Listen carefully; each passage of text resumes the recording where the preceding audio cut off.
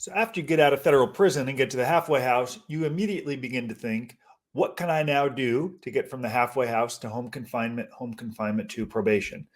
Well, here I am to answer those questions with the help of our team to continue our discussions of the First Step Act. Before I get into this video, I am Justin Paperny. Thank you so much for watching this video. If you find value in it, please like, subscribe, and comment. Tell us what you like. Tell us what you want us to cover so we can continue to help you and your family learn how to get through this system more successfully. To that end, I'm going to engage in our trusted screen share as we transition to this new reality, a good reality, that people in prison are now able to earn time credits under the First Step Act. Many of these people can now redeem their good time credits for earlier release to the halfway house, home confinement, or supervised release. That's the basis of this video today. As I have been mentioning in the last couple of videos, in a little turnabout last week, the Bureau of Prisons admitted that it would award First Step Act earned time credits for productive activities and programs people join in their communities after release from a prison facility. I encourage you to watch the video I put up yesterday on earned time credits and how easily someone can lose them, because in a way, if you were to get these credits and then lose them, you may be back to zero, so to speak. But in a way, you're going to feel like your sentence is now longer because you're not going to get those credits. So everything hinges on adjusting appropriately. It's a very subjective process. So to the extent that you can understand this environment to which you're moving, you're going to be more successful. There is no question. Continuing our discussion, more people than ever, as we know, are spending significant amount of times at halfway houses in home confinement due to the COVID-19 pandemic. To that point, again, it's a very subjective process. There are people who, if you were to look at their probation report, without thoroughly disclosed health issues, have gotten released from prison. There are those who have real health issues who unfortunately are remaining in prison for longer than they should due to COVID. Why? It's a subjective process. Do you have a sympathetic case manager or warden? How did you influence your sentencing judge at sentencing?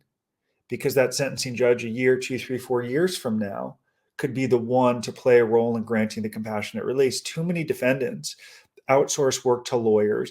They get lazy, or they think, well, I'm going to get 2 years, 3 years. There ain't nothing that I can do. What's the point of preparing? So you have a hardworking federal judge who may not tell you that, hey, I think you're lazy. I don't think you work hard. I don't really think you're worthy of it. Yeah, that's why you're going to get a guideline sentence. Too many people presume it ends at sentencing. It's a continuation to try to get out of prison early. It's a continuation to try to get off probation early, to go to home confinement early. It all hinges on how well the record you create. Are you authentic? Are you putting yourself in the shoes of the stakeholders? They're cynical. And if you can embrace that reality and begin to work your way back, you'll have a better idea of what to do today, which is work.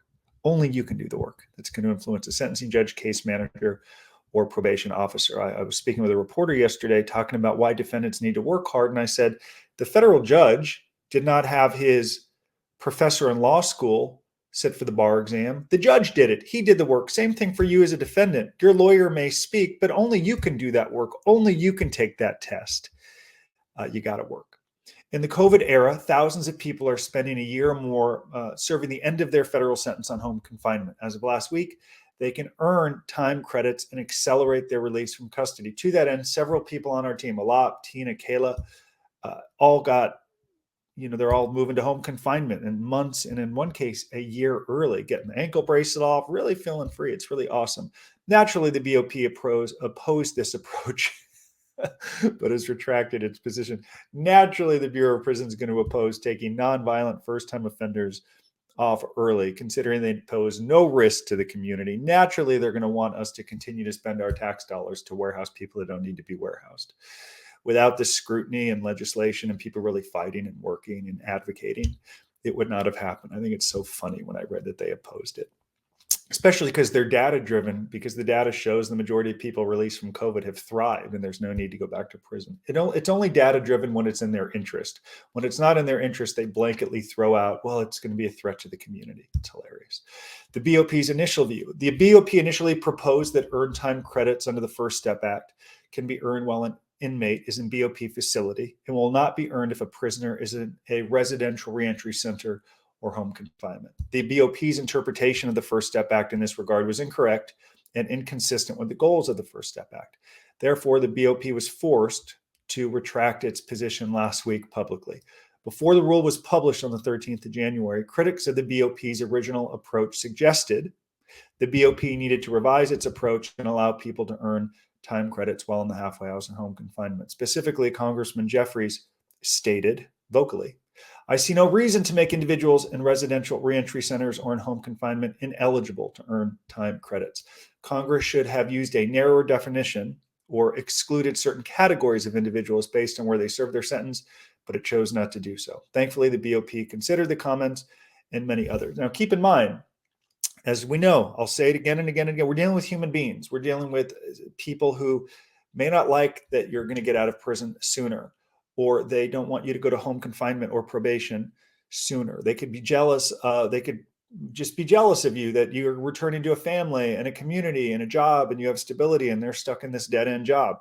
I say that because they could be looking for ways to get you in trouble. I'm doing a movie or something tomorrow with Vice Media out of London. And I think I'm going to record it and post it, that talks about why guards engage in the hustle, why guards set some people up to struggle and fail. Well, part of it is they could be jealous of you. My business partner, Michael Santos, did 26 years in federal prison of all security levels, 8 years in the penitentiary. And he was happy and smiling and creating and teaching. And he was getting hundreds of letters a month. He emerged from prison exactly as taxpayers would expect, but there were some staff that didn't like that a guy serving that long a sentence was productive and happy and getting married in prison. There were some looking to make it harder for him throughout his journey. So you've got to be aware of that. They're not going to applaud you and say, "Great job, Michael. You got an undergraduate and master's degree and you're writing books and the New York Times is reaching out to you." They don't like, New York Times ain't calling them. You've got to be aware of this, right? The atmospherics, I think Michael taught me in prison, of how staff perceives you and how to lay low, kind of like the submarine, and peer up when necessary. Don't show off. Don't act entitled. Don't be arrogant. Don't complain.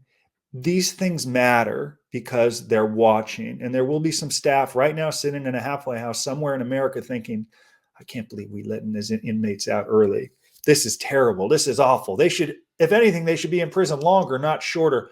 Keep that in mind if they're looking to create trouble for you. Now, a better approach. The First Step Act does not ban people from earning time credits while in home confinement or in a halfway house. So you can earn First Step Act time credits on home confinement or halfway house. Yes, the First Step Act provides that prisoners can earn time credits, and nothing in the law excludes those in home confinement or at a halfway house from earning those credits. We're going to dive into this in a little bit more detail. Thank you for bearing with me. I know this is very important. Continuing, the First Step Act does not distinguish between prisoners who are serving their sentence in a BOP facility or on home confinement. The key is that the prisoner remains in the custody of the Bureau of Prisons. Moreover, the First Step Act allows people to apply earned time credits to reduce their term of supervised release.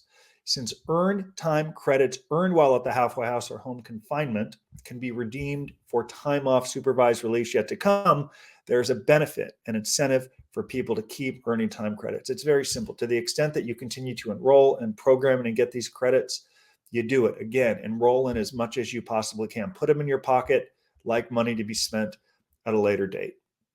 Let's talk about community-based programs, and are they good enough? There are many valuable programs in the community that will benefit people returning from federal prison. For example, the halfway house offers classes on substance abuse treatment, family type programs, anger management, and others. Admittedly, while I was in the halfway house, I found the programs to be utterly useless. Staff wasn't terribly engaged, didn't have a great deal of interest in teaching and giving back. I found staff in the halfway house to be less interested than staff in federal prison. Essentially, we had to go, sign in, sign out. We got credit, but there wasn't real programming. I'm not saying that isn't the case across the country, but I continue to believe the real success in prison or the halfway house programming is primarily self-directed or self-paced. There are some good programs like the drug program a number of our clients benefit from, and others, but generally I wouldn't be expecting the prison to reform you if you even need reforming. In some cases, a number of prisoners will go through the programming simply because it's going to help them get these earned time credits and get home more quickly. And you know what? That's just fine. But make sure you're engaged so staff doesn't think you're doing a little or not enough, and they can throw you out and create troubles for you. Indeed, there are people thrown out of the drug program and lose the year because staff doesn't think they're fully engaged, or they say one thing in programming and act a different way on the phone or through email or something like that. Big Brother is always watching. The BOP is aware, as I mentioned, people who complete the RDAP program must undergo follow-up treatment when they return to the community. That would be in the halfway house. There's going to be follow-up for the drug program in the halfway house. That's an example of a community-based program.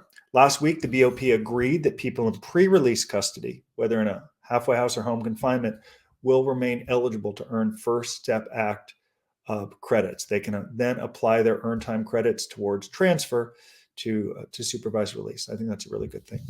Can BOP track community-based earned time credits? 100%. The BOP's stated concern about tracking people's progress at a halfway house was disingenuous, no joke. Tracking a person's earned time credit shouldn't be a barrier, whether from a treatment provider or a community college. The BOP already knows how to track community-based substance abuse treatment, which it already does for people who graduate RDAP. It is a condition of early release for RDAP graduates to continue substance abuse treatment in the community. The BOP makes sure RDAP graduates comply with this requirement. Now, RDAP graduates can also earn additional time credits for their participation in community-based treatment.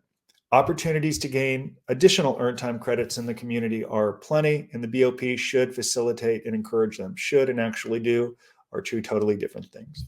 While in the halfway house and home confinement, people have to show they are being productive. Many work or education activities can apply for these earned time credits. There are also faith-based programs in every community, similar to the faith-based programs that are offered inside of a federal prison.